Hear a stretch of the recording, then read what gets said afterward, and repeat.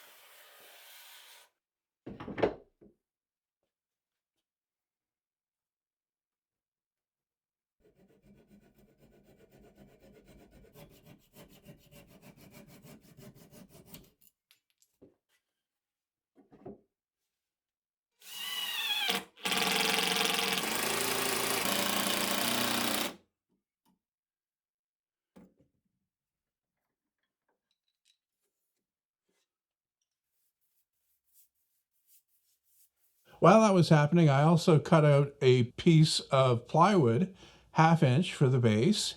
And what I did with that was very simple. I just added a piece of solid wood on the end and gave it a coat of water-based polyurethane. I'm going to let that dry and give it another coat before I put it in, because it's a lot easier than trying to get down inside here where it's very cramped. Another thing I want to do before I build the cabinet that goes in the corner here, even though I strictly don't have to at this point, is take care of my air cleaner. To be honest, I really don't feel like working on this cabinet this week, and it's already Thursday, so I figure I can take care of this with the time I have left this week, and then start that cabinet early next week for the following Sunday, right? So what I'm going to do with this, I'm not sure yet, okay? So what I'm going to do first, though, is take the whole thing down, and then I'll check back in.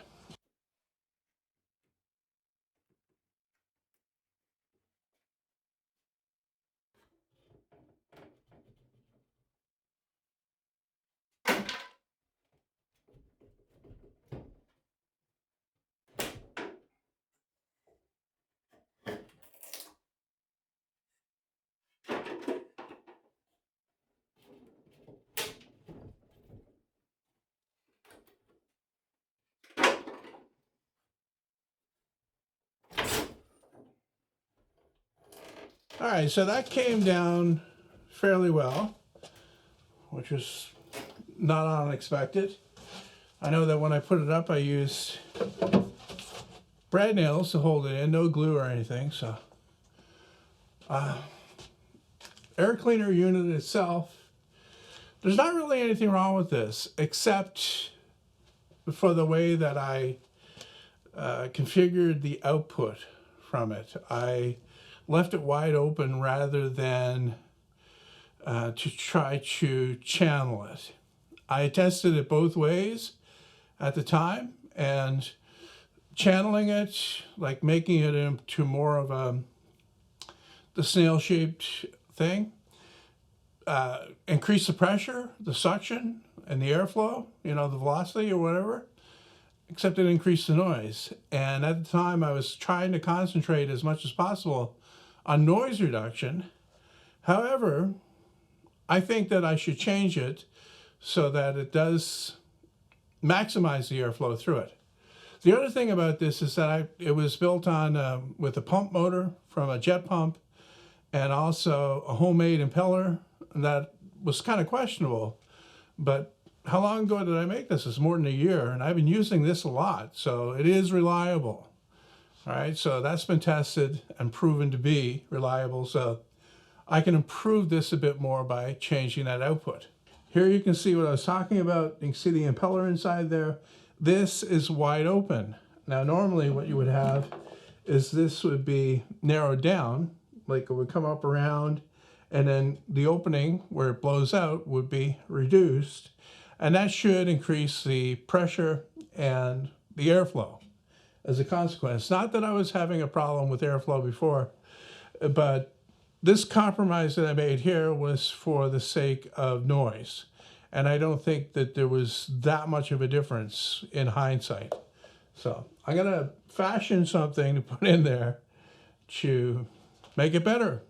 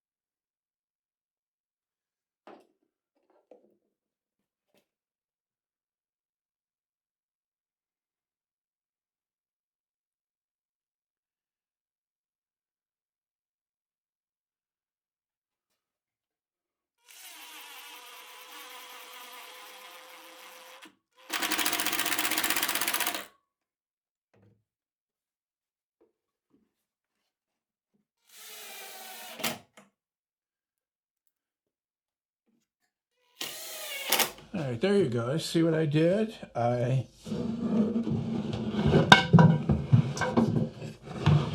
cut those pieces of wood to kind of a round shape, and then I glued them in one side first just to get them settled, and then I drove screws up through the bottom to make sure that they don't fall into the impeller.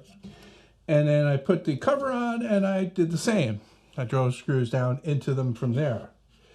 So that closes the opening to, well, roughly half the size of what it was, and it concentrates that blowing action to a smaller area, and it should be more efficient. Hang on.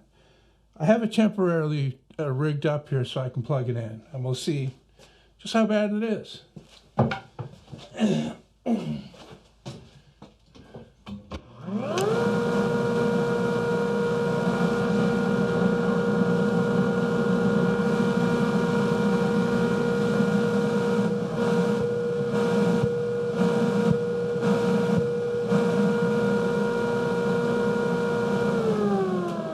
I think, like originally I put the box around it to direct the flow of air down around the motor as well.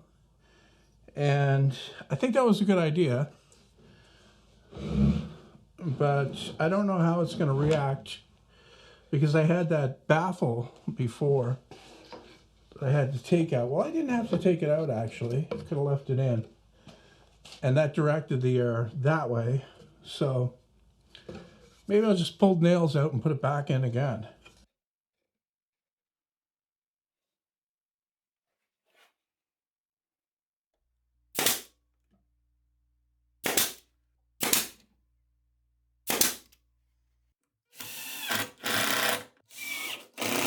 I think I need to wrap this one up here, because I've got some thinking to do before I make a decision as to what I'm doing about the air cleaner.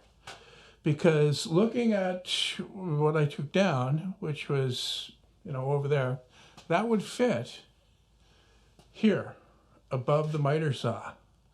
Like I talked about before about getting rid of this, because it's not an optimal storage thing. Like it's kind of too deep and so on and so forth. So this would go. I wouldn't throw it away. I'd bring it down my basement. I'm setting up another area down there where I'm doing electronics in the future. All right, so this would go down there, and I'm thinking, but I have to give it some more thought. Like I can't commit to this until I give it more thought. Do I want it? The other thing is, do I want to leave it painted, or do I want to make it look better with, wood that matches this? So I don't know. The other thing is I can try to make it work down there, but the more I look at it down there, the less sense it makes to have the air cleaner way down there. It's like it would obviously work better for most of the cutting operations, which happen on the miter saw and also on the table saw, if it's right here rather than way down there. And it'd be quicker to turn on. I turn it on here, I go make my cuts, you know what I mean? So I'm leaning that way, but it's a way bigger, it's a way bigger project, because then I have to, at the very least, take just this thing down, the center one. I can leave the other ones on the ends for now, but eventually I'll have to change those as well, because there'll be, first of all, a gap between them, and they're much shorter, right? Like by putting this here, it maximizes the space that I have, right, below the gantry, and it matches the height of the new cabinets down there. So I'm probably going to think about it for the rest of the day, use that as an excuse to take the rest of the day off, and then get back to it tomorrow. But this is what I'm leaning towards, taking this out and putting the filter up there.